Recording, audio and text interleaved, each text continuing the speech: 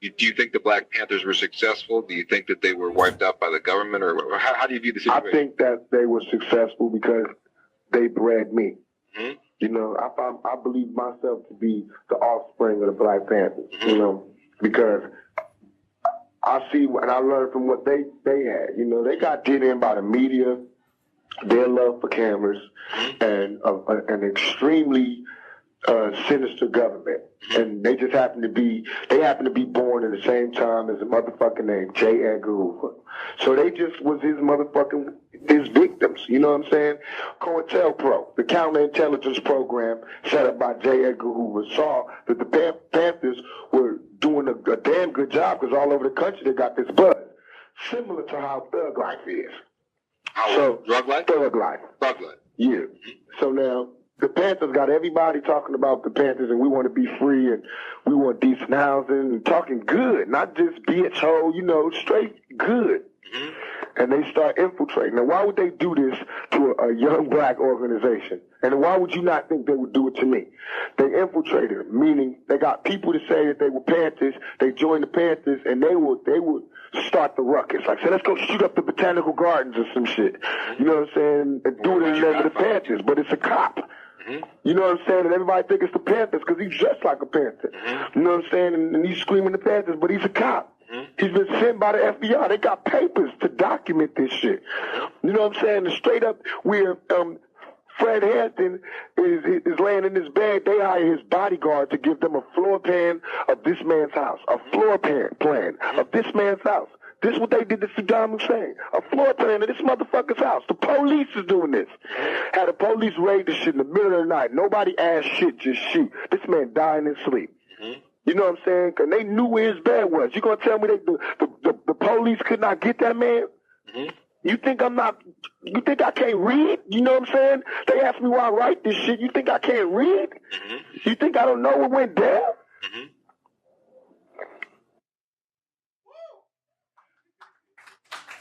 Do you think the Black Panthers were...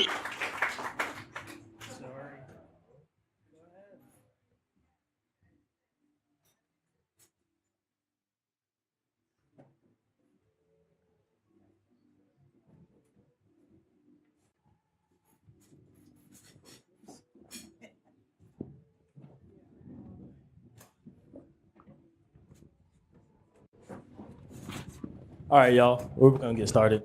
Just wait for the door to close.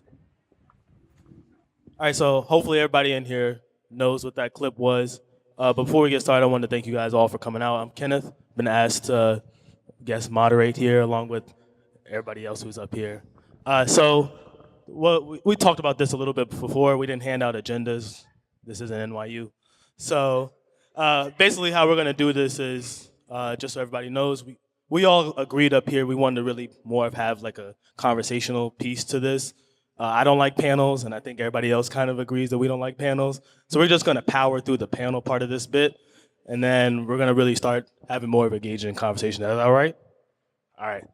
So of course, we gotta introduce the panel. So to my left here is Michael Stephen Smith. Let me pull out my phone for the bio. So Michael to my left here currently hosts the lefty lawyer radio show Law and Disorder on WBA. It airs on 9 a.m. on Monday mornings and is nationally syndicated. He's the author, editor, and co-editor on numerous books, most recently Imagine Living in a Socialist USA for HarperCollins, which features essays from Angela Davis, Mumai Abu Jamal, sorry, it's been a long day, and Richard Wolff. He worked at a law firm in Detroit in the 60s that represented draft resistors, women's movement activists, and Dodge Revolutionary Union movement. We'll get more into that later. But he was also the plaintiff in the central case in the COINTELPRO legislation. He'll definitely go more into discussion about that. Shameless plug, he's got a new book coming out in March 2019 called Lawyers for the Left, which features a chapter on Boudin and that lawsuit. So some of the stuff we'll be talking about today. So I want to introduce Michael.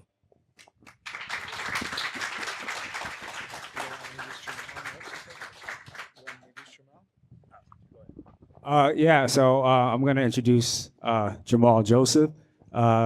He joined the Black Panther Party at age 15 and quickly rose through the ranks, became the youngest section leader of the Bronx and Harlem chapters. He was a part of the New York Panther 21 case. spent a cumulative nearly 10 years in prison related to his political activities. Currently, he's a filmmaker, an author, professor at Columbia University, and he's also my father, my first comrade. So thank you for coming out.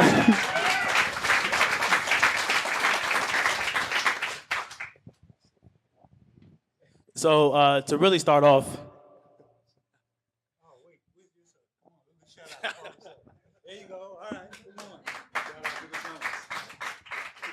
so really just to hop right in, looking at that clip, hearing the words of Tupac, in my opinion, one of the great revolutionaries that we had. What are some of your thoughts on some of the words that he said and some of the lived experiences that both of you guys shared?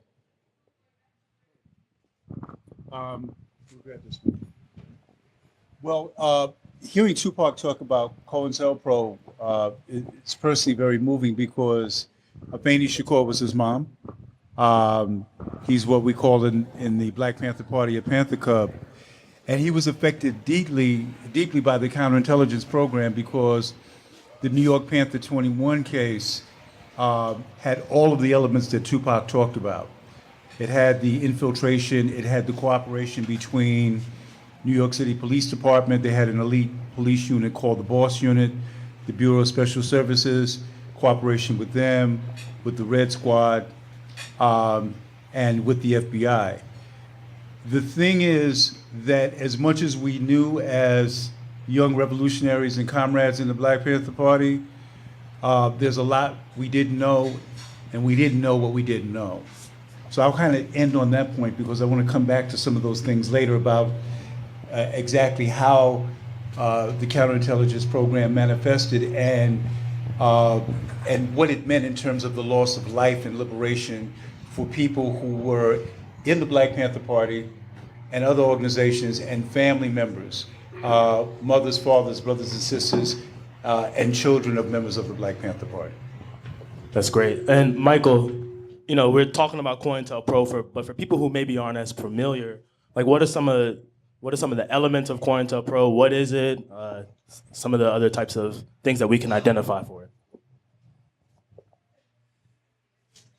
COINTELPRO is still with us. It's been around for 100 years. It got a name that Hoover gave it when he wrote the memo that I'm going to read to you in a second, but it's been around since around the First World War. They destroyed the left then. The FBI went after the Communist Party and the radicalization in the 30s and destroyed it. They went after us in the 60s, and they're going to do it again. And if we get one thing out of this meeting, it's going to be how we can best defend ourselves, because we're now in the midst of a fourth radicalization. What's the proof of that? All you folks out there. That's the proof of it. It's finally happened. I'm glad I lived long enough to see it. And what we're going to talk about is what they did to us and how we can protect ourselves. I was part of a lawsuit that Leonard Boudin, who was the great constitutional lawyer in the 40s and the 50s and the 60s, that he brought on behalf of the Socialist Workers' Party. That group is kind of a caricature itself of it's now. It's just a sliver. But at one time, it was something. It had 3,000 members. It had a press. It had a headquarters. It had a newspaper publishing. I was a member. We published Malcolm X Speaks. We published stuff on the anti-war movement. We were leaders in support of the Vietnamese Revolution. And the FBI targeted us. And I want to talk very briefly about what we found out as a consequence of the lawsuit that Boudin brought on behalf of the SWP. COINTELPRO was something that Hoover cooked up. And he said in the memo that it was set up to expose, disrupt, misdirect, discredit, or otherwise neutralize the movement. That's what they attempted to do. And the lawsuit that Boudin brought took 15 years. There was 8 years of discovery. 8 years of discovery. They came up with 10,000 documents. The judge said to Boudin, "You won't believe what's in these documents." Well, here's, in a nutshell, what's in them. And I'm going to tell you what what they did and we found out about how they did it. And then I'm going to stop talking. So give me a couple of minutes. The organization that we had about 3,000 people, including the youth group. They had 300 infiltrators inside the organization. They had 1,300 informers. They had 20,000 days of wiretaps, 12,000 days of listening devices, bugs. They had 208 burglaries. That's just on a national level. They visited your landlord, tried to get you evicted. They visited your boss to try to get you fired. Somebody I'm very close to had her apartment burned down, had the gas tube in her car cut, tried to blow up the car, lost her job. They sent poison pen letters out to try to create distrust from one group to another. They tried to create distrust amongst comrades in one group. They created factions. And they tried to get you to do illegal stuff to set you up. Like in those days, you could do 10 years for smoking a joint. So they tried to get you to do stuff like that. What was the extent of the victory in this 15-year-old lawsuit? Well, the judge said that the First Amendment, which guarantees the right to free speech and freedom of association, and the Fourth Amendment, which guarantees the right of privacy, you need privacy if you're going to organize something, those things were violated by the FBI. And he issued an injunction. And I'm going to stop here with just this thought. The injunction said you can't do it anymore. And he fined him $250,000. The government came back and said, we're going to still use these files that we accumulated on you. And the judge said, you can't do that. And the government said, what do you mean? You people, you socialists, are a threat to national security. Think about that. Whose national security are we talking about? It's like the Lone Ranger and Tonto when Tonto says, what do you mean, us, you white man? We're talking about the 1%. It's their national security. It's not our national security. So with that, I'll turn it over to Jamal.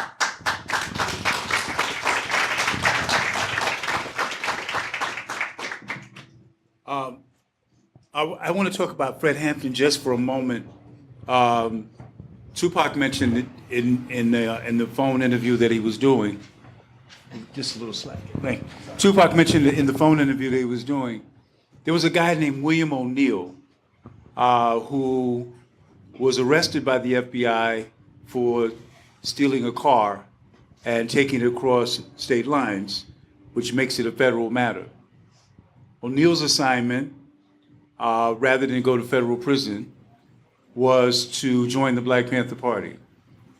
And he became a security captain within the Black Panther Party and was close to Fred Hampton. Fred was assassinated December 4th, 1969. Next year will be the 50th anniversary of Fred's murder. He had just turned 21 years old. Fred was a very, very effective organizer.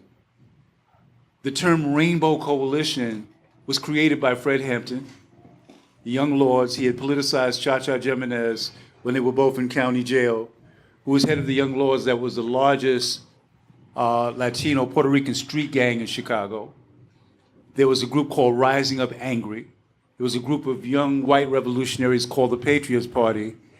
There's a clip on YouTube that if you Google Panthers and Hillbillies, where it shows an organizer named Bob Lee, who was an amazing organizer and a student of Fred Hampton, getting hillbillies, today we call them Trump supporters, and talking about housing and the stuff that they were going to do on the west side of Chicago and how they're working together. And there's this famous line where this older white brother is saying, I don't know about the rest of y'all, but I'm with these Black Panthers.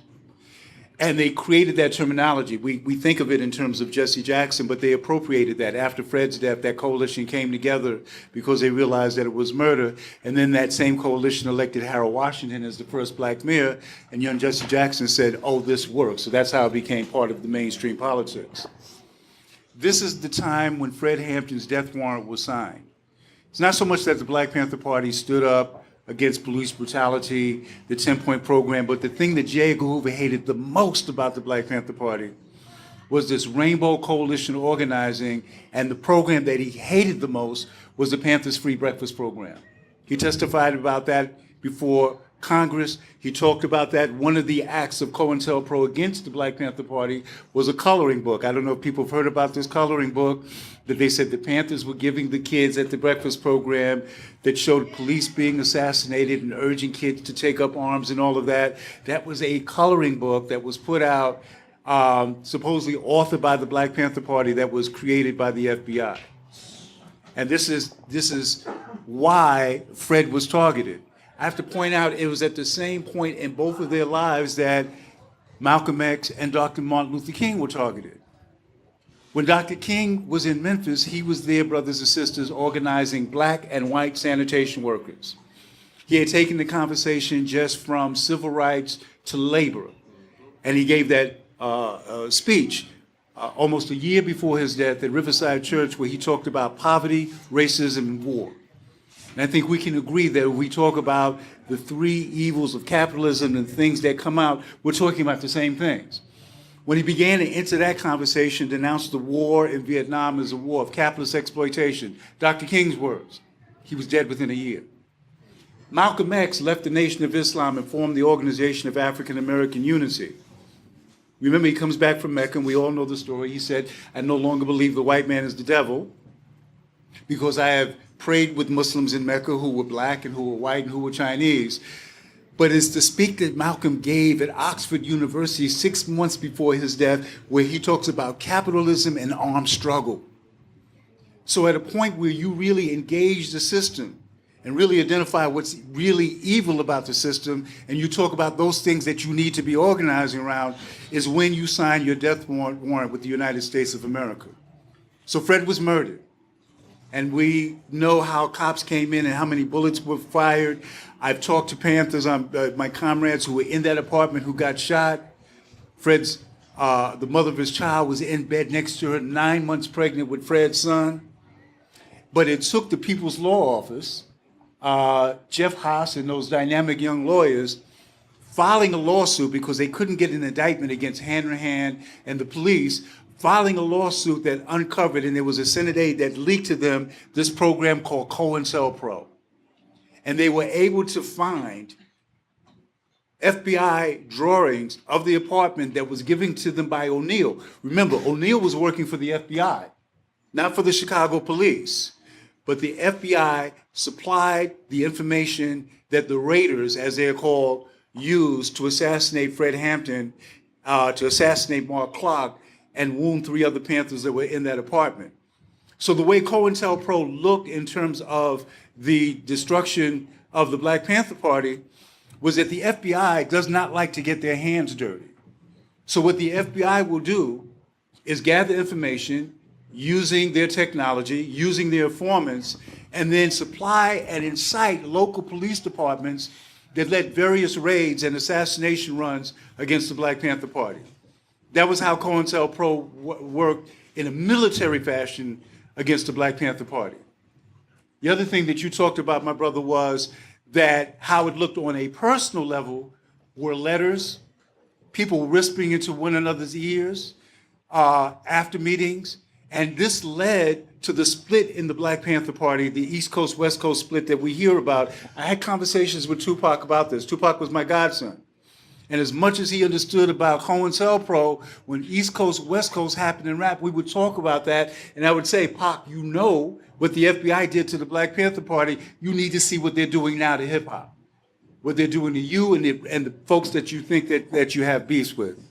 But how that looks, brothers and sisters, is that you come out of a meeting where everybody is feeling unified and energized, and somebody whispers in somebody else's ear, you know how cool it was when you were on the panel?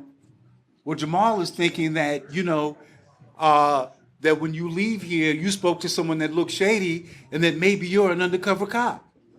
Or maybe that person is an undercover cop. And then they go to my brother and they go like, you should, or then they come to me and they go, Jamal, he's thinking that you're getting too much power in the collective, and that maybe you're planning to do a coup within the organization. And the next meeting, we're looking at one another sideways. That trust and that love that was there. Remember that number of 300 informants in an organization that numbered 3,000? What was that number that you? That's right. So there was O'Neill. In New York, there was a guy named Yewa. There was a brother named Gene Roberts, a pig named Gene Roberts, who had been Malcolm X's bodyguard. There are photos that you can pull up on the internet showing Malcolm X after he got shot. There's a wonderful comrade named Yuri Kuchiyama who's holding Malcolm's head. She was the only Asian American that was part of the Organization of African American Unity. When the gunfire started and people were running for their lives, she ran toward Brother Malcolm. The man giving him mouth-to-mouth resuscitation was his bodyguard, who stood 4 feet away when he was shot. He was part of that elite police unit, the Bureau of Special Services. Brother Malcolm X, El Hajj, Malik Shabazz, brothers and sisters, drew his last breath from an undercover cop. Gene Roberts was able to use those credentials to join the Black Panther Party and become a security lieutenant, and then do the bidding of boss, the New York City Police Department, and the FBI, which was not just to collect information and not just to head off or thwart criminal activity. Remember, the key word in COINTELPRO is counterintelligence. To disrupt, to destroy, to turn comrade against comrade, brother against brother, sister against sister, and organization against organization. I'll pause for a second. I want to come up to how we have to be vigilant today, but I've taken enough time. I want to pause and open it up. Yeah, well, so I know, so DSA, Libertarian Socialist Caucus, and Black Socialist America are very much in a position where they're very much trying to find ways to not be sectarian and to find ways of collaborating along a lot of different lines. It sounds like there's that, I think that as an ambition sounds like that is a value that is really important, especially given the context of COINTELPRO being driven towards disrupting. So what would you think is the most important thing for young socialists right now in order to build ties of solidarity? The thing that was emphasized, and we really studied hard in the Black Panther Party. People may have heard me tell this story before, but after Dr. King was killed, and I was coming with two older friends, riding out to Brooklyn to join the Panthers because my friends had found the secret headquarters of the Black Panther Party. And I just knew that. I saw these brothers and sisters on TV, and they were some bad motherfuckers, right?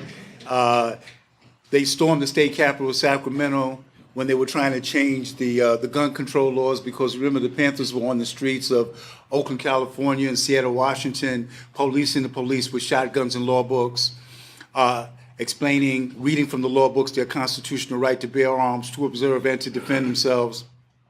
And when California went to change those laws, because they said when we said that all citizens can bear arms as long as they weren't concealed, we didn't mean these militant folks would, up in Oakland, California. And the Panthers responded by storming the state legislature with guns.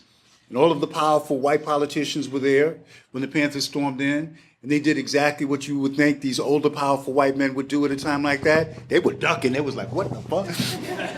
And Bobby Seale gave this amazing thing. And then I'm watching television at grandma's house, a little black and white TV, and the person is saying the militant Black Panther Party stormed the state legislature of California with leather coats and shotguns. And I was like, they're crazy. And they said, and the police pulled their car to the side, and they found shotguns and rifles and communist literature. And I was like, they're crazy. They got guns, and they're communists. I want to join.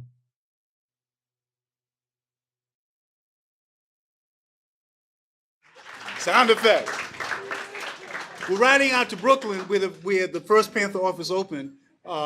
And I'm with two older friends, and one of my friends leans over and he goes like, yo, man, the Panthers are serious, right? Once you join, you can't get out. It's like the mafia. I'm 15 years old. I was like, can't get out. But I couldn't be a punk in front of my boys. I was like, I don't care. Other brother leans over and he goes, you know you got to prove yourself, right? Panthers be taking heads. You got to kill a white dude to be a Panther. I was like, kill somebody. I'm in the choir at church. But I was like, I don't care. Other person was like, no, get it straight, get it straight. You ain't got to kill a white dude. I was so relieved. He was like, you got to kill a white cop. And you have to bring in his badge and his gun for proof. I get to the meeting, it was packed, the way this gathering is packed. I sit in the back, and the person behind the desk is explaining the Panther 10-point program, which is now 52 years old, but could have been written last year. It has stuff talking about we want freedom, the power to determine the destiny of our community, full employment for our people, an end to the robbery by the capitalists of our black community, an education. He gets to point number 5, which is we want an education that teaches us our true history and the true nature of this decadent American society. I am not really hearing what he's saying. I was like, I'm not a punk, I'm gonna show my boys. I jump up and I was like, choose me, brother, me. I kill a white dude right now. The whole meeting gets quiet.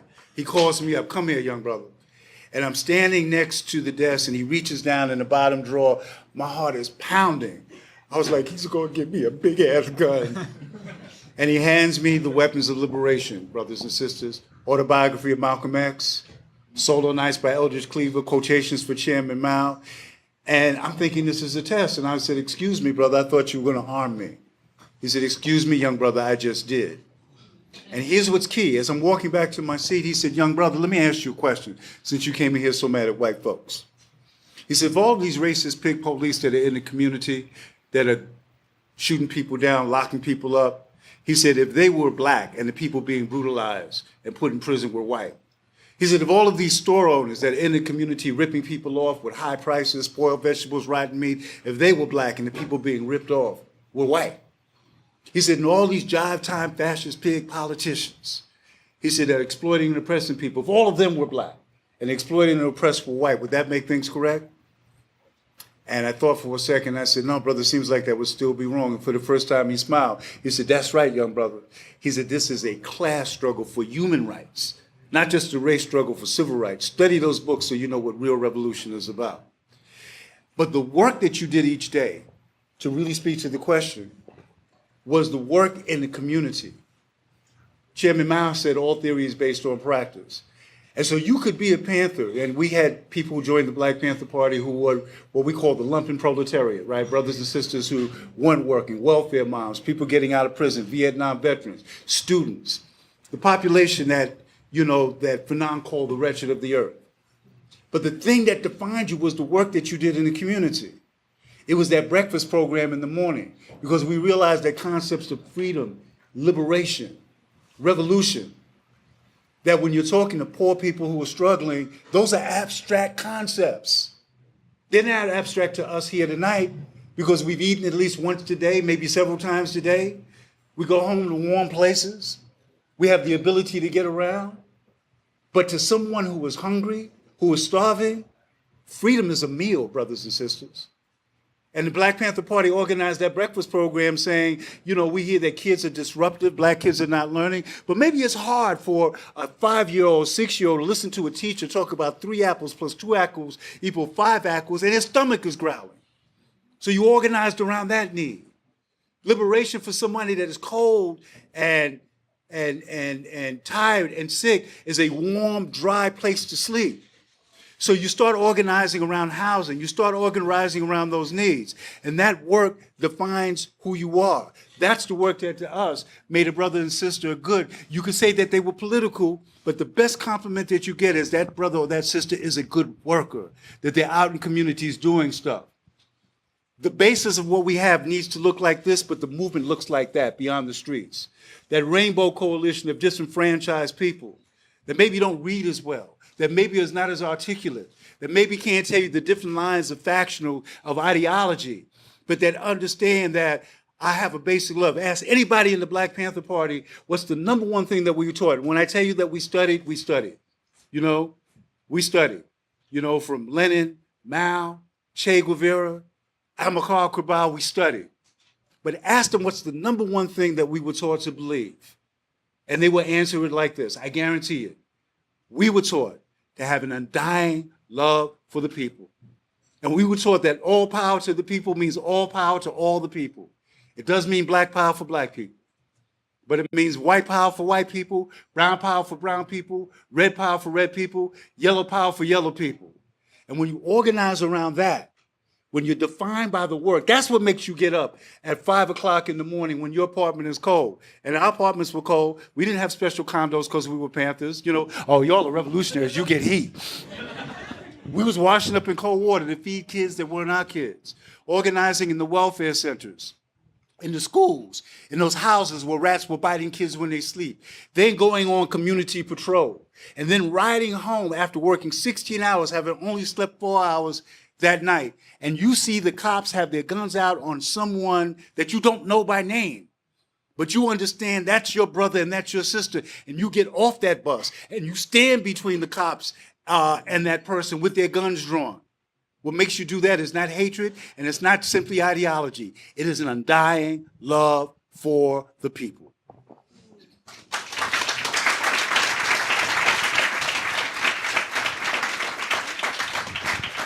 Damn, that's dope. So maybe the piggy off of your question there is a lot of times, especially on the left, you know, we get a lot of, we talked about this before, you know, a lot of armchair revolutionaries, people who get bogged down in the philosophical debates about how we should act. What are some of the tangible ways we could bring about, you know, building aspects of the Rainbow Coalition again, putting in the work and building past a lot of these sectarian struggles and motivating people to go out there and actually get up at 5 in the morning and do those types of things? What were some of the things that you guys did? Well, we you know, what Fred Hampton did and was adopted by the whole Black Panther Party, but I have to say, like, the Illinois chapter of the Black Panther Party, New York chapter of the Black Panther Party was strong. Obviously, Oakland, California, Los Angeles. But what Fred Hampton did in the Illinois chapter was that they went out into the community and they said, what do you need? Right? And, you know, I remember having a conversation with Manning Marable before he passed away. And I said, what would you tell young organizers? And he would say, I would tell them to shut up, sit down, and listen. Talk to folks about what they need. And you begin to organize programs around that. And so in Chicago, what was real big for them was the breakfast programs, but that health clinic, that idea of a community health clinic that Doc Satchel, who got the nickname, he wasn't a doctor, but he was so into health, that got shot up and lost 10 feet of his intestines in that raid, that opened that health clinic. And it's become a model for a lot of community medicine that we see, that you had doctors and nurses who would, on their days off, come and treat folks, that they would, as we called it in those days, liberate medical supplies so that folk could get treated, that you had people donating food to those programs. We weren't out taking money, we were getting foods, and that you were in the community so that people, when they saw you walk through the community, know that you cared. And then you could talk to them around the issues, and then you could talk to them about what they had in common. So people would come to meetings like this, and then you had people from the Black Panther Party or the Black community going back to their communities, talking about women's rights, talking about the anti-war movement, talking about gay liberation as we called it in those days, now it's LGBTQ, talking about those things, but you had folks from the white community going back to their communities, talking about police brutality, talking about housing. So all of those, you understood that you were talking to comrades who were actively kind of organized around those things. In every community that we are, there were kids who were hungry. There were old folks who were eating dog food in the middle of the month, waiting for those food stamps to rise. There are people who are still not getting health care. There are people who are not getting education, and I just don't mean ideological seminars, but kids who need help with math and with science, that need that mentoring. There are things that we have to organize. There are formerly incarcerated folk that need mentoring, that need help. So these are the on-the-ground kind of grassroots issues that if we put the time into that work, that exhausts you, that also binds you. By the way, it helps you filter out some of those folks that are infiltrating your ranks. I know we're going to come to that in a second, but we've got to do that work. People in the community need to know that you are organizing for their liberation, not just for your satisfaction. And you have to be helping them around what they need, not what you think they need. Not for, and that's not to say that we can't. We have to be working on several different levels. But we talked about, in the Panthers, we always talked about the masses of the people. And we always talked about that concept of the democratic centralism. And we talked about the organization is subordinate to the people. We talked about membership is subordinate, to the central committee, but that the organization is subordinate to the people. The needs of the people are what we organize around.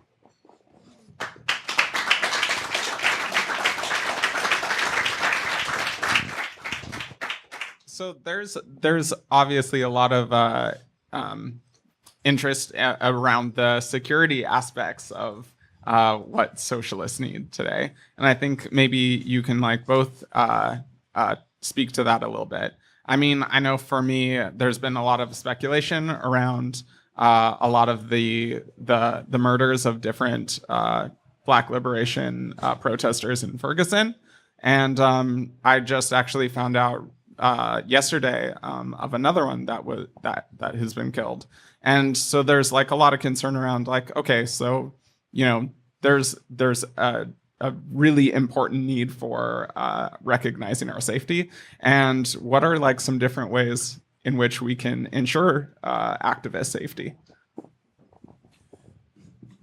Well, I think you start with the thought that the Black Panther Party was the Black Panther Party for self-defense. We are not for violence. We're for self-defense. It's the other side that we have to put the onus of violence on, because that's where it originates. Socialists are for a peaceful socialist revolution. Marx, Lenin, they all said that. But that's not the way it unfolds, because when the ruling class sees that they're threatened, they come after us. And at that point, we defend ourselves. And I think we have to have that formulation clear. We have to teach that to people, so if anybody's talking about violence, we know where they're coming from. I want to build on that point. That kind of organization I was talking about before, and again, it's well documented, the attacks on Panther offices and individual Panthers across the country. There are Panthers who are still in prison 30, 40 years later. Mumia Jamal, who we talked about. But I also want to talk about the number of things that didn't happen because folks from the community were there. The number of times that the cops showed up ready to raid and folks from the community got out there. Or the number of times that you might have been out selling the Panther newspaper or organizing, and folks from the community came and interrupted what was going on because they understood that you cared, and they would say things like, "I don't understand everything they say all the time. But I know they're feeding my babies. I don't understand all what they're calling. I'm not sure that I agree with this whole armed revolution thing, but I know when I got sick that I was able to go to that health clinic when the hospital wouldn't take me, or when that emergency room kept me waiting for hours when my little girl was having that asthma attack." So that's one of the ways of doing it. What you mentioned earlier about the number of surveillance, the electronic bugs, the things that were coming on, brothers and sisters, we give them all of that for free these days. I can only imagine how many phones are turned on now that are taping this meeting that's going to some CIA or FBI or whatever agency is monitoring the movement right now. These phones record without you knowing it. And then in terms of the gossip part, the disinformation part of the counterintelligence program, I was taught as a young Panther, don't say anything in a speech or on the telephone that you don't want to hear again in court. But we think we're safe because we're on a computer or on our devices just to air out all of our grievances. Somebody asked why my Twitter account, Brother Z, we were talking about why my Twitter account is semi-dormant. That's the reason why. I don't want to give them ammunition for free. I still believe in what we call in the movement a face-to-face relationship. And if we had a beef, and even then, if you had a phone call, it would be like, when can we get together to talk in person? So a lot of that. Now, you don't think that people are taking what you might consider your legitimate thing. They can't wait till you get to a meeting, that you begin to air out with text messages and Instagram and social media. You don't think there's other folks, forget the infiltrators, that are not experts of divide and conquer, of making sure that the left doesn't come together? They love that. They're experts of that. The last thing they want is united left. The last thing they want is a left that comes up and saying, maybe we can't agree on all these different things, but let's come up with our version of a 10-point program. These are the 5 things that we can do together. These are what we're going to do. This is the aspect that has to do with community and service. This is the aspect that has to do with the prison industrial complex. This is the aspect that has to do with militarism. This is what has to do with poverty, and we are rolling with that. And if you have anything to say, we'll refer you back to those programs. The rest of it, we will deal behind closed doors. We will duke it out, we'll fight it out. If it has to turn into a mud wrestling match or a basketball tournament, we'll get that out of our system. But when we step out, we're going to be a united front. That cannot be solved on social media. That cannot be worked out if people are in a constant state of agitation and not doing the work. And worst of all, all of your personality things, all of your beefs, you're giving all of the people whose jobs, you have to understand, there are people who are on staff working 5 and 6 days a week. Their job is to monitor your shit and to disrupt you. So why give them that information for free?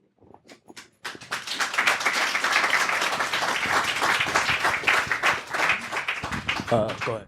Yeah. So that was super important.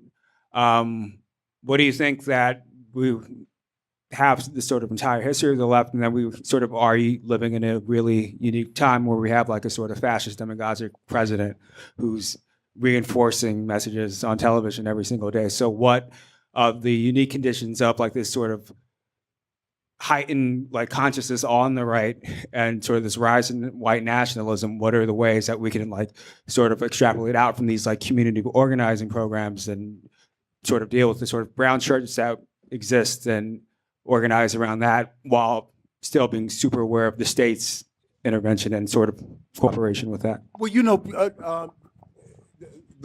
Trump is a blessing in the sense that I haven't seen this level of activism in years, right? And then for me as you know, as an artist activist, there are opportunities to tell stories, to make documentaries and make films, because there are a lot of progressive folks, you know, not just in Hollywood, but the other media centers, New York, whatever, to tell those. So I think that becomes a good rallying cry for us, right? But it's the people. And what Trump was able to do, and you mentioned that model of the brown shirts, Jad, Felipe Luciano and I were having spent some time together last year. Felipe Luciano was the chairman of the Young Lords Party in New York. And he drew a chilling parallel between what Hitler did as this unknown goofy dude that people didn't take seriously, of him and Goebbels saying, if you tell a lie often enough, it becomes the truth. And he went to, remember, even though Germany was suffering from economic hard times because of the loss of World War I, Germany had an amazing artistic class. It had an amazing intellectual class. It was one of the best places in Europe to go to university. So it had that, but it had all these Germans that were suffering. And he says, I'm going to speak to those folks. And all of the money that was flowing out of Germany, right? Not to, as Trump would say, to China, you know, but it was going to France and Poland, all the places they invaded first, and was able to play to those sentiments. The counter-organization to that we see is grassroots organization. I'm going to say that that's going to be the mantra. It's going to be grassroots. It's going to be how do you get, because there's more of us than there of them. And when I'm talking about them, I'm talking about those angry, mad white men, right, who are the Trump voters. There are more folks of color. There are more folks of conscience. There are more people that just need some answers as to why they're not working. But we've got to get out there and start organizing them around their needs, because people relate to the people that came in and help them find a way to eat, to get medicine, to get some sense of security in their communities. So it's a great way to get people, you know, to play on that anger and that fear, to get them in the room. But the work cannot just be and we talked about this earlier, Jad. That's not what scares me the most. It's not Trump that scares me the most. It's what it was, the 50 million people who came out. We always knew those militias existed. You have to keep in mind, too, we talk about self-defense. They are armed. And their position is that if we crazy people, all you nuts out there, that if we should win, that if America does be radicalized, they are ready for Armageddon. They are ready for a race war. They're ready to back it up. So as we're going to, to do Pilates 3 or 4 times a week, or, we might be taking a little Brazilian jiu-jitsu, what they're doing, you have people out there who are trained and ready to go. We have to be about grassroots organizing in the hundreds of thousands and in the millions, so that when we step out, it's not just activists, not just people who are politically conscious, not just students, it is the masses of people. Thank you. And so this question, maybe piggybacking off of this, and then of course, people in the audience, feel free to get engaged. Piggybacking off of that type of thing, one of the challenges I also see on the left is, maybe a term called bad jacketing. A lot of times where, and this happens a lot of times online is, you paint organizations or individuals as, the feds, or they're informants, or they're these different types of people. And so that might be sectarian in nature, but it creates, distrust within movement, within organizations, within just interaction with individuals. How do you move past the bad jacketing that happens a lot of times on the left? I run a youth organization in Harlem called Impact Repertory Theater. And it's young people, mainly from Harlem, between the ages of 10 and 18.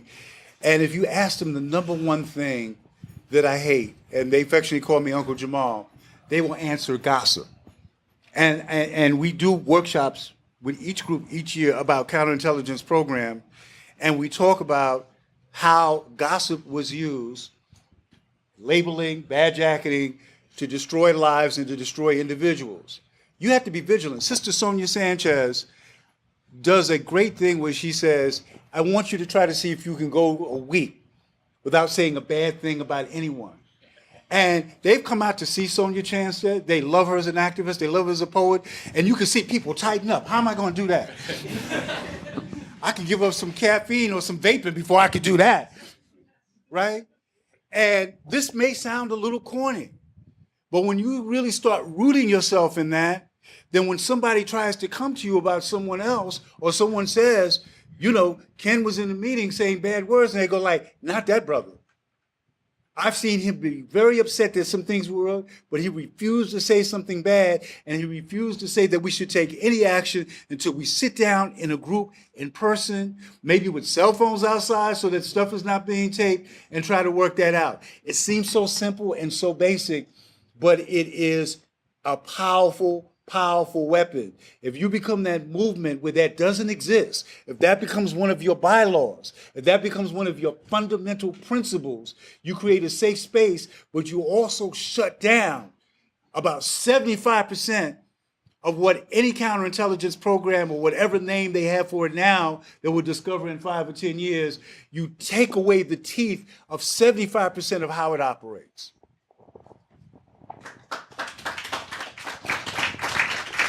See? That's good. Now, see, even on that, I got some half applause. It was like, I'm going to stop talking about them, but those other people, I don't like that collective, that coming. Look at y'all. Come on.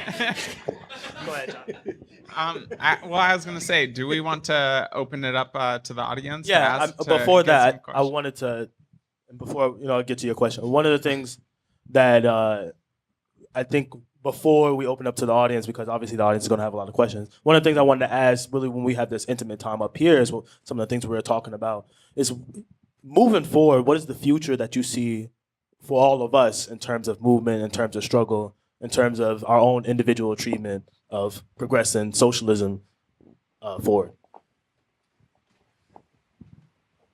I don't want to sound apocalyptic, but we don't have much time. This is human beings have been on this planet for 200,000 years in an organized way. And if we don't do something quick about climate change and about the threat of nuclear war. We got about 20 years or so to stop that. And I think that we have to educate people and organize people around that central notion. Otherwise, we're in a lot of trouble. Right on. Yeah. I'm very encouraged. I had to say this to a friend who's an amazing attorney and African American, grew up in Harlem and doing a lot of death penalty work. And he and his wife were talking about what the young people are not doing and how hopeless it is. And I have to say, I've got to tell you, I have a whole different perspective because I'm fortunate I get to speak a lot of different places and I get to speak not only to organizations, but to colleges, universities, but high schools and middle schools. The level of consciousness now, what kids are aware of, the questions that I was at a school in Harlem with 7th graders, the questions they had for me about the Black Panther Party and about Afeni and Tupac, I had to fight back tears. To know that 50 years later that these kids were aware, asking me like specifics about specific folk and about the 10-point program and that. So I'm very, very encouraged by what we have and the energy. If we do that grassroots organizing, if we are able to create a movement that really sees love as armor in terms of what we can do, I think that the future is bright, and I know we will win. Remember, the movement is cyclical. There's a great documentary that was on PBS a few years ago called The Abolitionists. Did anybody see The Abolitionists? Really tremendous documentary, because what people fail to realize is that the end of slavery didn't come because Lincoln said, I want to free the slaves. It was expedient, right? Do you understand? It was expedient. But it came from a movement that had come into existence, the abolitionist movement, 30 years before. And that movement was made up of enslaved folks, formerly enslaved folks, rich folks, poor folks, white folks, black folks, Harriet Beecher Stowe, who wrote Uncle Tom's Cabin. I know we go now, you and Uncle Tom in the book, but it was a vivid book. It was the best-selling book at that day, and showed people the horrors of slavery. She lost a son in the Civil War. She took a lot of her money and put it into the movement. So you look at a Frederick Douglass, you look at all of those folks, you look at John Brown, all of them were part of a movement. Frederick Douglass went down with John Brown and spent 3 days arguing with his brother in the woods, was this the right move to make? And left in tears. That's the kind of talk that we're talking about. Folks in the movement knew one another and they were struggling together and they were organizing around people's needs. So when you talk about the true power of the people, and when you talk about that kind of grassroots movement, please take that with you. That spirit of armed love and that spirit of grassroots work, we are going to win, brothers and sisters. We will win.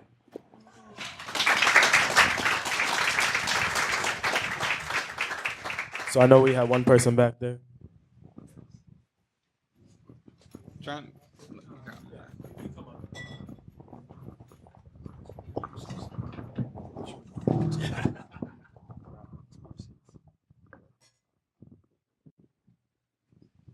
I want to first of all thank the speakers for being very informative.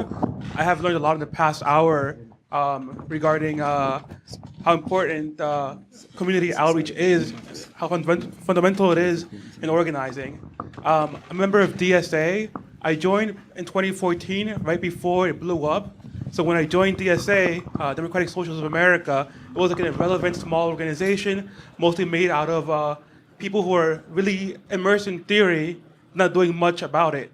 Something that's really good that has happened in the past couple of years since Trump was elected was much more activities on the streets, much more outreach than we had before. However, something that I am concerned about as a rank and file member is that there is a lack of theory and political education in the organization. It seems like a lot of people who have naturally risen up in the leadership, who have experience in the organization, have experience in other organizations, in being activists, shun people learning about Marx, about Lenin, about Malcolm, about theory in general. So I'm wondering what y'all think is the role of theory in activism, and how central it is to organizing, if it is even central. Thank you. I'm going to pass this one to Jamal. So among that day that I told you about that started usually at 5 a.m. in the Black Panther Party was 3 or 4 times a week political education classes.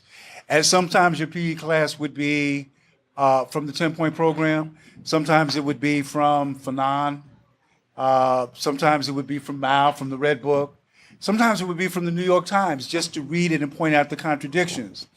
And the idea was that when you were out in the community, that any Panther was capable of organizing. And that if there was one left standing, that you could continue to organize. And around this theory, this is an important lesson that I was taught by Afeni Shakur. Afeni Shakur taught me as a young Panther, she said, Jamal, the goal of the Black Panther Party is not to have every man, woman, and child in the Black Panther and the Black community become Panthers. She said the goal of the Black Panther Party is to live by example, to teach the people the possibility of struggle, and to make ourselves obsolete. So if you really do your job, you don't need organizers, because the people are organized.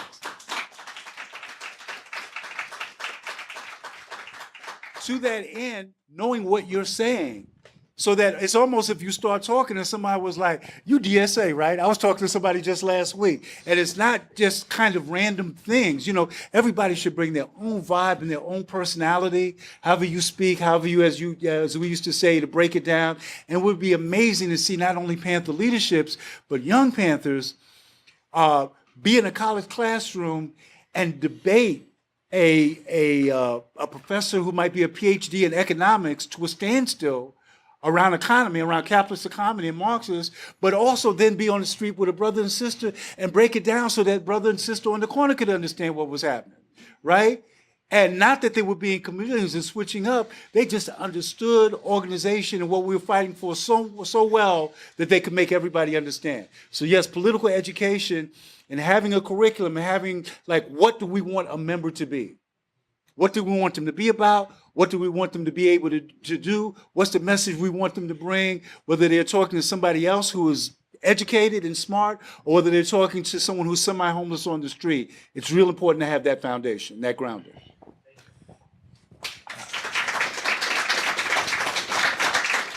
I'm going to make a shameless sales pitch. A couple years ago, my wife and I edited a book called Imagine Living in a Socialist USA, about how everything would be different if we got rid of capitalism. And I brought a couple of copies of the book over there, if anybody's interested. They're $5. If you want them autographed, they're $4. There you go. That's the way to start. See that? That's what I'm going to do when I get my next batch of Panther Baby. That's how I like that. Are people familiar with Panther Baby? Jamal's book? Get it. Good book. This one. Thanks.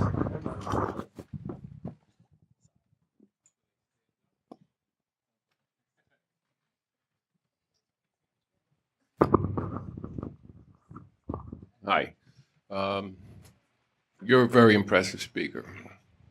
I come from a father who was a socialist and revolutionary in the 60s, and some of the things I've learned, Lenin, Trotsky, et cetera, et cetera. I just joined DSA recently. I have a lot of problems with it, you know. No, I love it, but I have a lot of problems, and things you're saying, you know, are bring tears to my eyes, tears of memory of, you know, whatever. COINTELPRO not only destroyed the Panthers. So I want to start by saying, to me, in my history of just living from that background, the Black Panther Party was one of the most revolutionary organizations. Came out of the 60s. There were others that were smaller, and some are unknown, like probably the ones that my father came out of from the SLP and the smaller propaganda groups.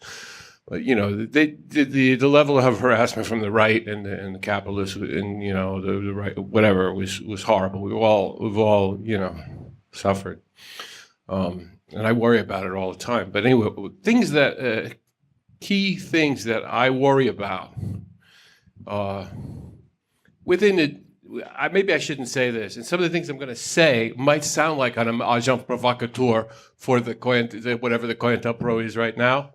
And a lot of times this has been my problem in the SWP, in the Spartacist League, in the International Marxist Tendency. Every group that I've tried to join in Trotskyist, I have never been able to become a member except for this, which is the good thing about it being an umbrella, is that I can get in. But I get kicked out a lot. I get thrown out.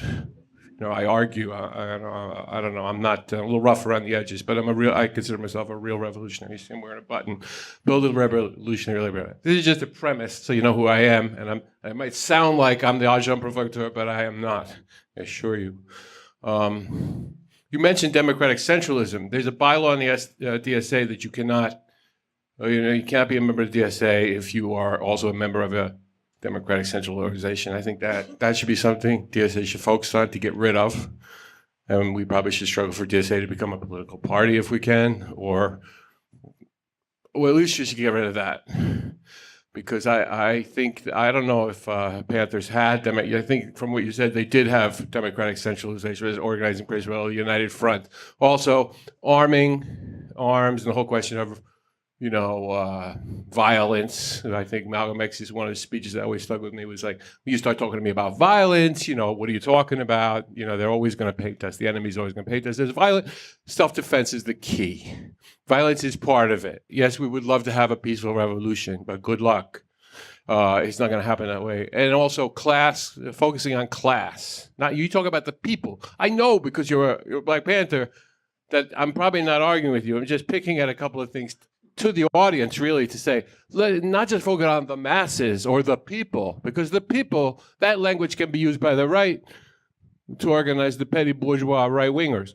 What I'm talking about, you're talking about the working class. I'm talking about focusing on the working class, building workers' militias, things like this, not just grassroots, which can also be used by liberals and sort of quasi-half-socialist, half I don't mean to cut you off. Sorry, see, that's the point. I just want to focus on those two things. Thank you. Yeah, no, absolutely.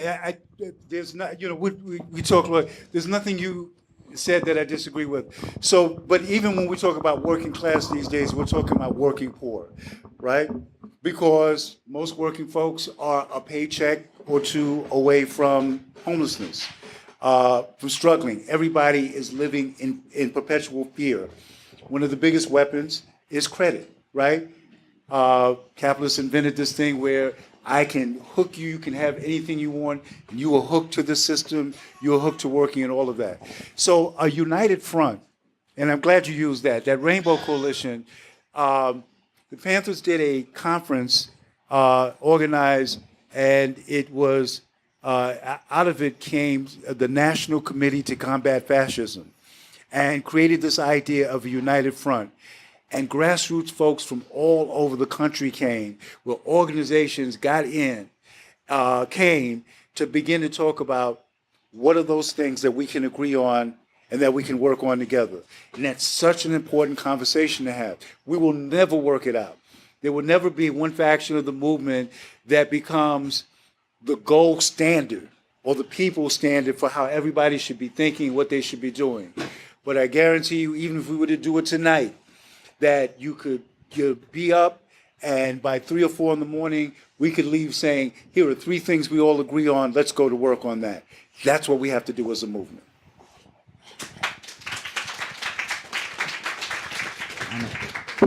If anybody would like to ask a question, we have 2 microphones. Oh, Hi. So I was reading today and yesterday about new studies that show that our life expectancy in the U.S. has gone down because of opiates and because of suicide. Because of suicide, yeah, I read the same. And I know it's because of despair from the working class.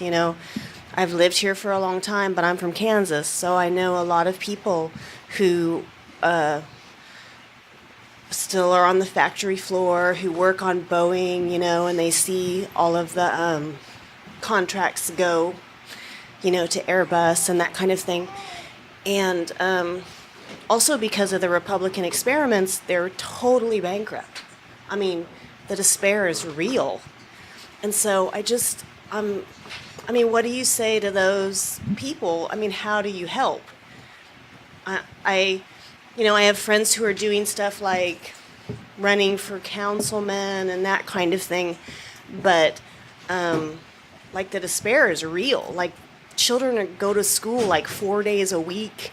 They have long vacations. If there's parent-teacher conferences, they're just out because the state is bankrupt. And so I'm not sure what to say to those friends. It's not like they're going to go to college now suddenly at 40 or something.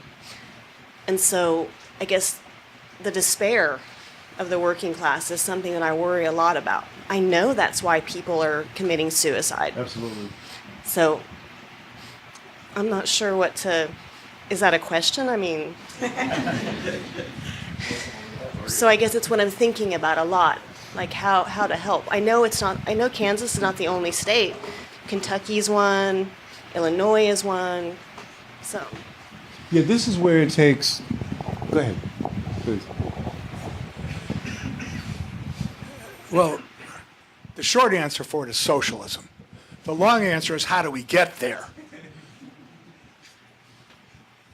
The Democratic Party is not going to do anything to help us.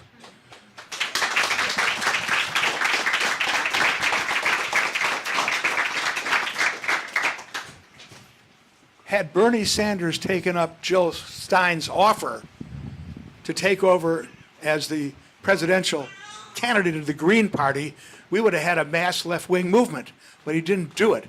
Instead, he sheepdogged people back into the Democratic Party. We've got to build our own independent political party. And I can't tell you how encouraged I am to come to a meeting like this and see people and get that kind of response, because I think we're all on the same wavelength, and that's what we have to do. We can't individually supply a job to that fellow in Kansas. We don't do that. But we can make a demand. We can make a demand for jobs for everybody at union wages. We can make a demand for $15 an hour. We can make a demand for free college education, Medicare for all. We can pull together a group that stands for all of that, and we outnumber them, like Jamal said. They've only got probably 1/10 of 1%. We've got the rest, and we can build a movement. We just have to have confidence that we can pull that kind of thing together. I agree with what you said, but what this sister is saying is, how do I talk to my friend who is in such pain and such despair that they don't feel like they can make it for another week? What do I say to them? The programs that we had in the Black Panther Party, we call survival programs. And we actually said survival pending revolution. And those came about from understanding the models of cooperatives as they existed in socialist countries. So that folks will understand saying, I'm having a hard time feeding my family, right? But if 10 of our families got together and we put all of what we had so that there was a communal table every night, right? So that twice a day, folks could get a meal. The kids could get a meal going to school and their kids could come back. We can have something. On those days when the parent-teacher conferences are running so long, if me as a laid-off teacher and as somebody else who has a college education, but maybe not a teaching degree, if we came together and did something at this community center or at this church or any place that give us space 1 day a week, we can create a curriculum and do that. In the Panther Party, we call those liberation schools. By the way, a lot of those things we take for granted now. For example, that breakfast program, my comrade Erica Huggins always pointed out the fact that the Black Panther Party, at the height of the breakfast program, an organization that was basically broke. We didn't get grants, we didn't have anything, but we understood how to go out and ask for space, how to go out and ask for food, how to get Panthers and volunteers to feed it. We were feeding 50,000 kids nationally. And as Erica says, we shamed local governments into doing more. The same thing with the people's health clinics. We shamed them into doing more. So we need to get back to understanding, and we need those kind of organizers who can go in and, yes, talk about those issues, but we need this organizer that says, like, here's how we're going to eat, right? Back in the day, we used to have fish fries in Harlem. They were called rent parties. Somebody was about to get evicted, right? You know, I know I'm dating myself, but people will come together saying, we're all going to have a fish fry, right? Everybody's going to come get $1 to a plate, and we're going to make sure that Sister Sadie don't get evicted. We're going to do something about that. We're going to feed those kids. That idea of power to the people and that idea of what the people are able to do now And maybe comes out of this an idea of where do we get that institute, that kind of training institute for folks who have those organizational skills, folks who know how to start those programs to train a cadre of people that can go into those areas and show people how to use the tools in their community and what they have to have some survival pending revolution and some hope pending liberation. Awesome. Just piggyback on that for a second. I just want to piggyback on that for a second. It isn't just extended to the people who are on the ground. What about for organizers? Because I'm pretty sure a lot of us have been at a point where you look at the situation, you look at the work that needs to be done, and you say to yourself, man, it's hard. It's tough. There's been times when a lot of us have probably felt despair, looking in the mirror saying, you know, I've tried talking to these people. They might not understand where I'm coming from. Or when times when this room may not be as full. What are some tools or things that we can do as organizers to help better ourselves and not fall into the pit of despair? So, so one of the things that Jad and I want to work on, and this is not as a direct answer to the question, but we have a project that we want to do called Grassroots. And it is about organizing. And it is about people who have done it around programs and around simple issues. The Black Panther Party's first victory, a lot of people go like, yeah, the Panthers were rolling Huey Newton and Bobby Seale and Bobby Hutton with guns and all that. The Black Panther Party's first victory in Oakland, California, was getting a stoplight put on the corner where black kids were getting hit by a car. That was their first organizational victory, right? So, in the meantime, right, what folks should do is we should start doing case studies of other people who have successfully organized around different issues, right?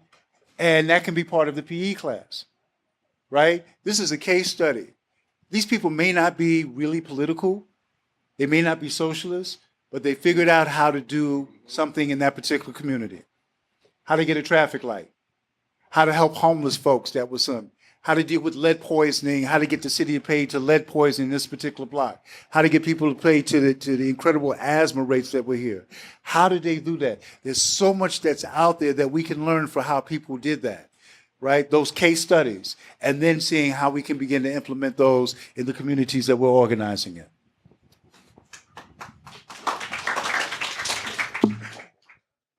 So I have a very specific question about some work that the Queens DSA is doing in, I'm sorry. So I have a very specific question about some work the Queens DSA is doing in NYCHA, Queensbridge houses, Astoria houses, Ravenswood. Right now they're trying to privatize NYCHA. The city is trying to offload their responsibility. They want to give leases to private companies. They're literally trying to destroy public housing. So I feel like there's not a lot of time to save public housing. You know, what would the Panthers do at a moment where they're trying to eliminate public housing from New York City? You know, what would they do? So, again, those numbers. Panthers would be in those developments, organizing the folks with programs. And that's how you get people to come out. And then getting those masses of folks, the residents themselves, to put pressure, to be in the streets, and to be putting pressures by sheer numbers, because people understand those votes. Now, if you look at the percentage of folks that vote versus folks that don't vote, politicians are not paying very much attention, because they're going like, this is not only an underserved and underrepresented community, but these folks don't vote. But when they understand that people are out, the grassroots folks, the majority of folks are out articulating those issues, that's what makes a difference.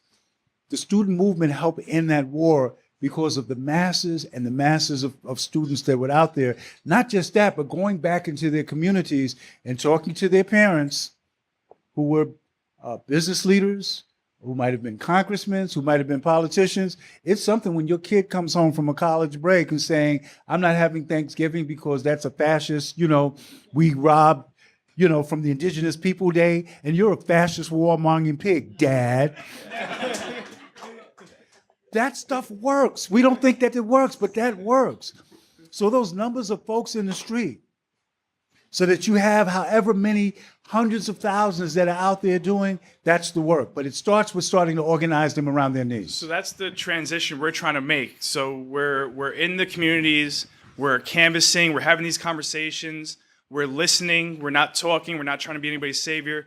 We're listening to the community and hearing their needs, and we're trying to work on that. But how do you transition into the programs? So my question is, who is the Cha-Cha Jimenez in those projects? Who is the Fred Hampton in those projects? You know, who is the Ida B. Wells there? Who's that next generation of leaders from there that grew up there that's in the mix? Who is the former gang leader? Okay. That may not be super political, but just knows that I love my community. Okay. I love folk. Who is that person? That's who needs to be empowered. Okay. That's who needs to be funded. And if it's grassroots funding, so be it. If it's, I'll bring my youth group out to perform. I'll come speak and do some to raise some money to fund that thing, so that these dynamite folks, so that grandmother, that person just coming out of prison, that teenager who can rhyme but can really organize, can get the support they need to create those programs, and so that the face of leadership and transformation looks like them, not folks descending from the outside, but stuff rising up from the inside. Thank you.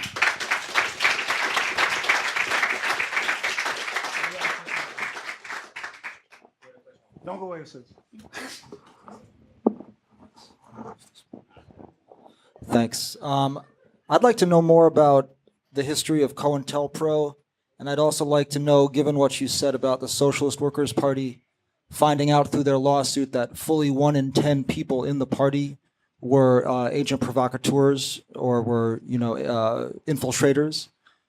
Given those kinds of numbers, how can we structure our democratic organizations to resist that and be able to continue our work in the face of an extremely organized and well-funded counterintelligence program? I think that you have to be very clear about what you stand for. And if you're clear about what you stand for, then it's hard to get an agent like that to make you deviate. The great example I like to think of is Lenin's party, the Bolshevik party that made the Russian Revolution. The Tsar had a parliament called the Duma, and one of the members of the Bolshevik party sat in the Duma. That person was an agent in the Cheka, in the secret police of the Tsar. But because the Bolsheviks were very clear on what they stood for, this guy had to follow the party line. And they kept him in track. And I think that's what you need to do. You have to be open, you have to be transparent, and try to keep things in line by doing that. Yeah, well said. I just totally agree. I totally agree. And if it's about the work, if there's nothing that they can incite or indict you for, then there's nothing that those agent provocateurs can do. They will fail at that mission, or they might be converted to just come forward and says, I came here thinking that I wanted to destroy this organization. I'm here to support it, and here's who I am. When you do that work with that kind of focus and that kind of clarity, that's your best defense. And there are cases of people that did just what Jamal said. Yeah. Then that presents another problem. What do you do with them? But that's what you do. I mean, the thing you can't do is to mimic the enemy. People have said, "Oh, we should have a screening process, and we should do this." Again, when you start to talk to folk about their history, if they just showed up, people do have a past. People do have families. And so you could talk to people about, in the same way that you were interviewing someone for a job, what would they like to work with? What was their spirit like?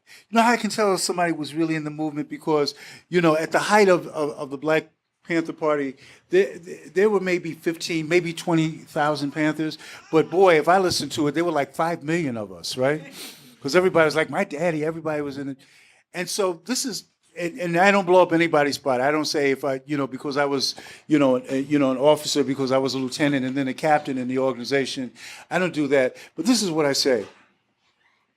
I look at a person's eyes.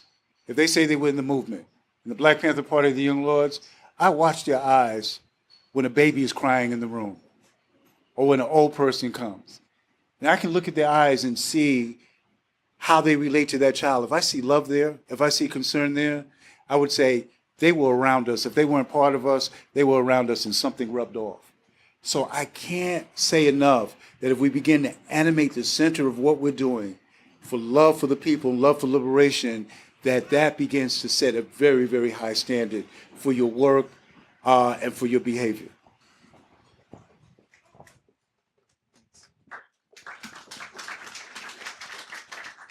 Thank you, guys.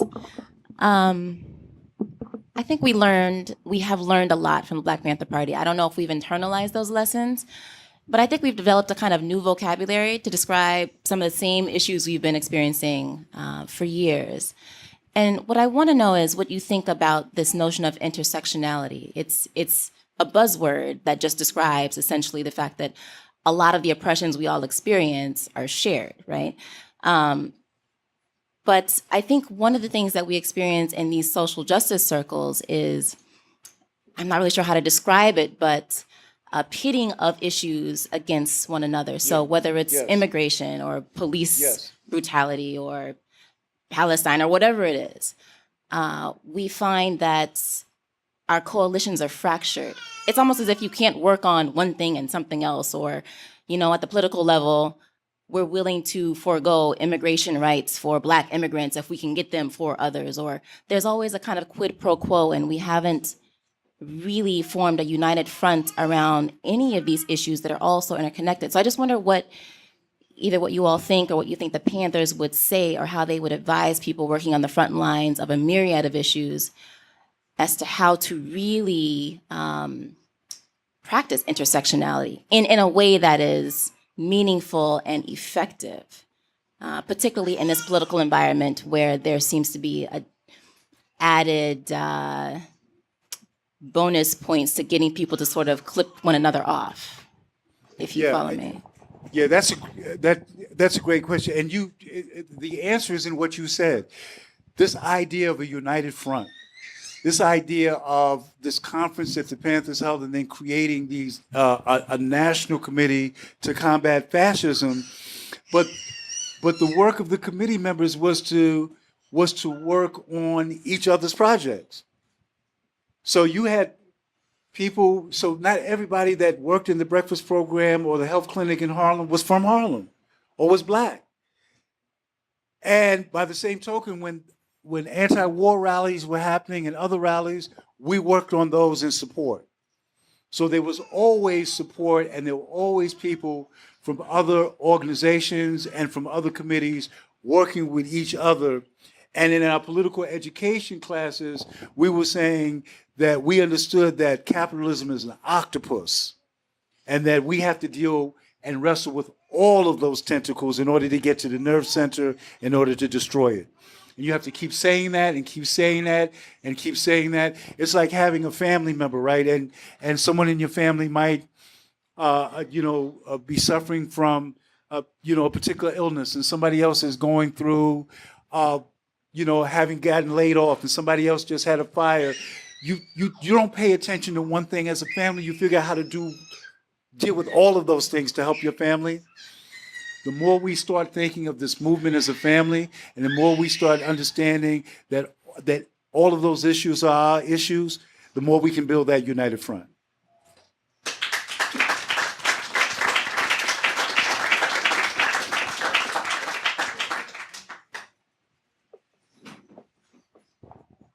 All right, just a quick thing. We're going to end soon, so we'll take some more questions and then we'll wrap up.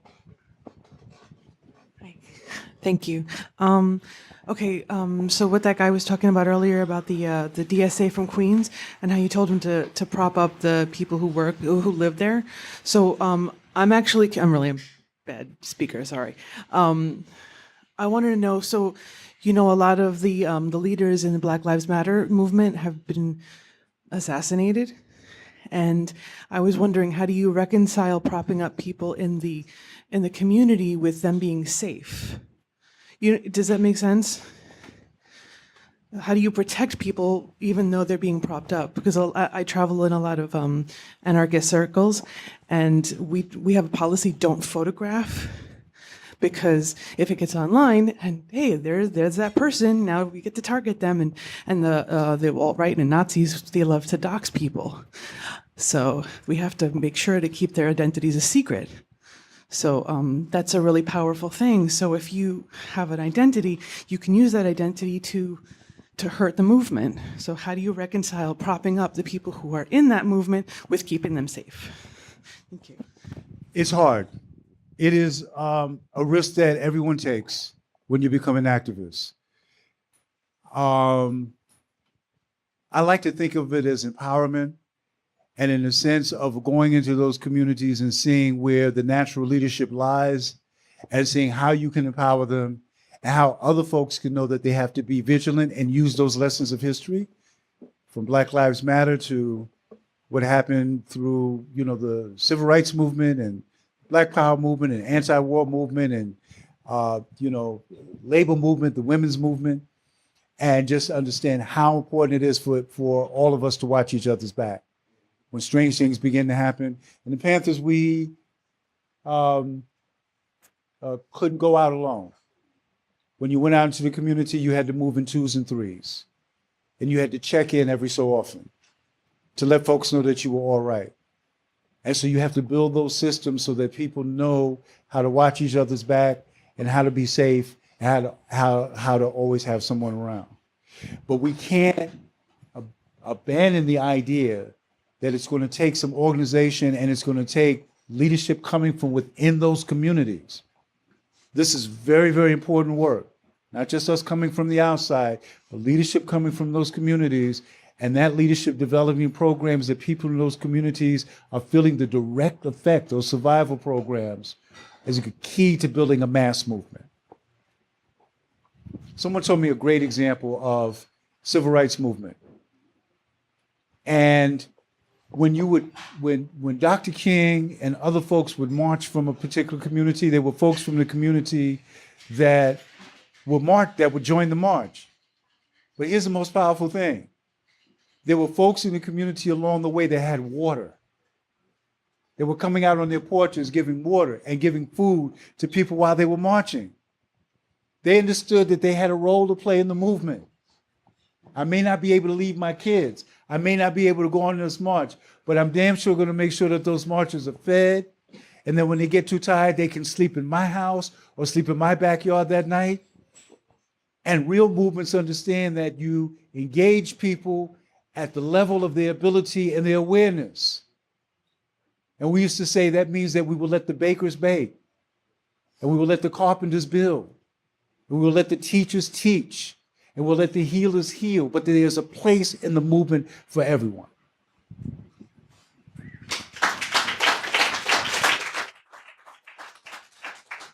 What do you say, would your advice be for socialists, specifically in New York, where a lot of people, assume because we're a blue state, we elect a lot of Democrats, we have a Democratic governor, we have now a Democratic state Senate, but we still have these massive problems. We're still at the center of global capitalism, and a lot of people are struggling, while also not alienating people, liberals, that could potentially, come to the more left-wing side. What would you say to those people to organize? Again, it comes back to practice. I keep circling back to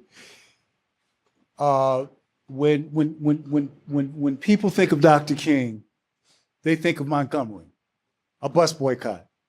But they also think about how they used that boycott, how they got people back and forth, and all of the thousands of people that were using their cars and their trucks to get people back and forth as ambulances in some case, right? When people think of the Black Panther Party, first thing that comes up is what? The breakfast program. And then a deeper dive is the health clinic and the free clothing program. You want your organization, and again, to become synonymous with what program? Oh, DSA, you're the folks that are doing, fill in what that blank is. That will make other folks come around, because the proof in the pudding is not just in the baking, it's in the eating. What is that day-to-day work? What's that thing that becomes synonymous with who you are in the community?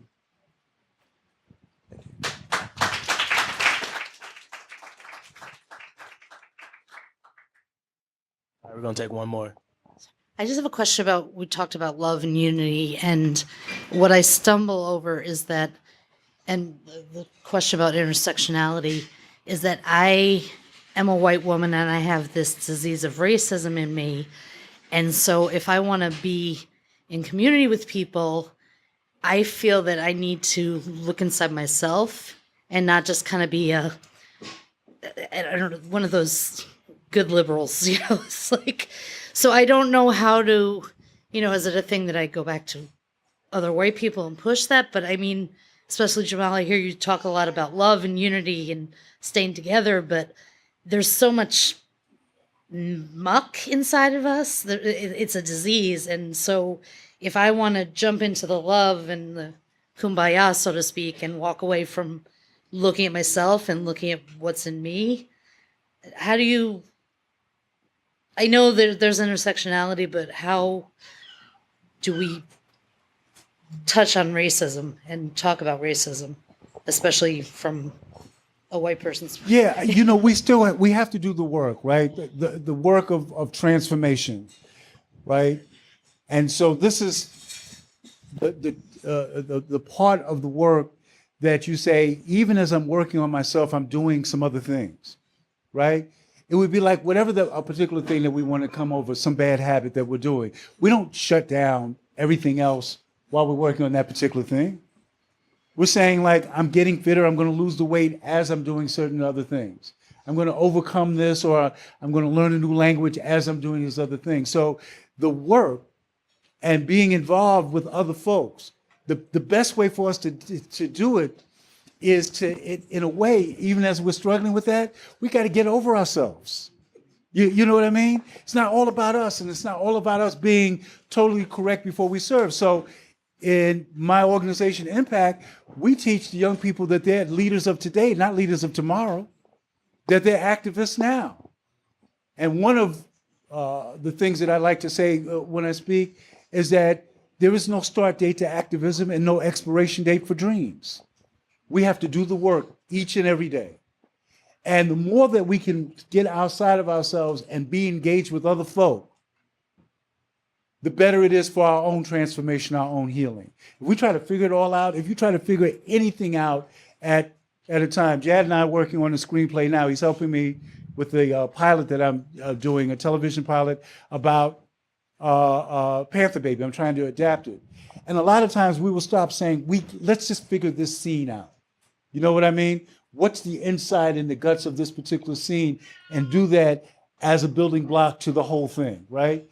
If you stop, you try to figure it all out in acting, if I have any actors in the room, you know, that whole thing, let's be in the moment, let's be fully engaged. Let's be fully engaged in the moment and understanding that I'm working on me by working with others, and that becomes an exchange that helps the community, that helps the movement, and helps myself. I think that was a good answer. Something that we were talking about before we started this panel was one of the things that my elders taught me is that you can't be afraid of conflict. And some of the things that we were talking about before is that, you know, liberals shy away from conflict because they want it the easy way. And we as a determined people in struggle, you know, we want it, unfortunately, the hard way, because we know that's the most meaningful type of change. And so it's about having those honest conversations, struggling together, having that conflict, but most importantly, not shying away from it, because that's when we have the best moments. So with that, I want to thank our panelists.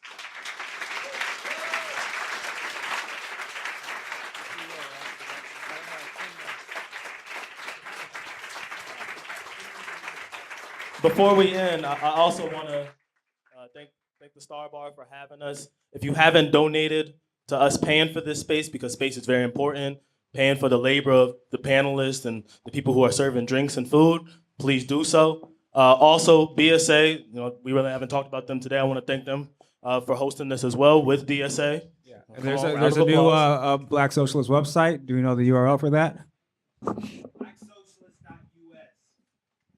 And also today, sorry, I didn't cut you off. So also today they launched a donation on their website, so feel free to also donate and support that as well. This is a collaborative effort, so definitely donate for the space here tomorrow and donate for the causes so we can have more of these types of spaces and engagements later on. And thank you for Black Socialists and the other co-producers of tonight, Libertarian Socialist Caucus, LSC. You can sign up for LSC in the back. There's also a Afro-Socialist Caucus of DSA, which you can also, that you can also sign up for. So we encourage you to do so. I just wanted to say it's wonderful to see all of you. Thank you for coming to this. Please tune into my radio show. It's called Law and Disorder. You can hear it on WBAI Monday morning at 9 o'clock after Amy, 99.5. And this week's a very good show. So tune in. And of course, the last thing I'd like to say with these events is I want to thank you all for coming out. I think everybody in here is in agreement that this event wouldn't be possible without, well, if it was just us, we probably still would have talked. But it wouldn't be possible without you guys. So thank you guys for coming out. And I have to shout out Jad, who made it happen. My schedule is crazy. And he was like, Dad, you're going to do this. So thank you, Jad. I'm so glad to be here. All right, y'all. Have a good night.